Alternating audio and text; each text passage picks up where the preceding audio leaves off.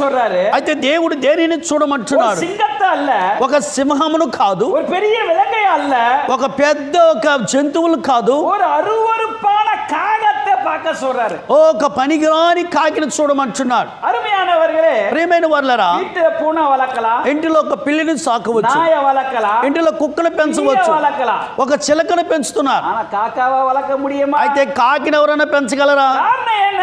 కారణం ఏమిటి? காகா என்று சொன்னா కాకి అంటే அது ஒரு அருவருப்பு.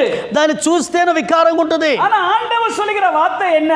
అయితే దేవుడు చెప్పే మాట ఏమిటి? అరువరుప్ప కాగத்தை நான் పోషించిన దేవుని அல்லவா? ఆ చూచుటకు వికారం కూడా కాకిని పోషించే దేవుని కదా. அருமையானவர்களே, ప్రియమైన వారలారా, இன்னைக்கு వార్త என்னவென்றால், ఈ రోజు దేవుని మాట ఏమిటంటే, தேவைகளை சந்திக்க வேண்டும் என்றால், నీ అవసరాలను సంధించాలంటే நாம் எப்படி இருக்க வேண்டும், మనం ఎలా ఉండాలి, எப்படி வாழ வேண்டும், ఎలా జీవించాలి, இந்த காகத்தை குறித்து ஆண்டவர் எடுத்து